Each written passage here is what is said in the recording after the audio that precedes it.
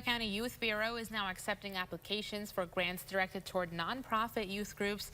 The Bureau receives funding each year from the New York State Office of Children and Family Services to distribute to youth programs throughout the county. This year, the office will be allocating roughly $46,000 toward youth development programs, including parenting education and after-school programs.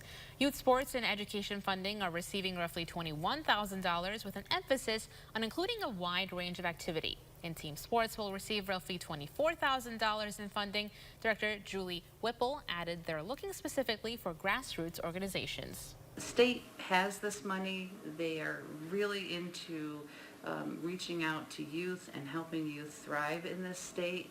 And, you know, we encourage any programming. If I can fit you into one of my funding categories, I would love to help you out. All nonprofits and community-based organizations are invited to apply.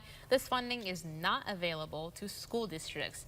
The deadline to apply is October 18th, and Whipple added that funds are expected to be distributed starting at the end of the year.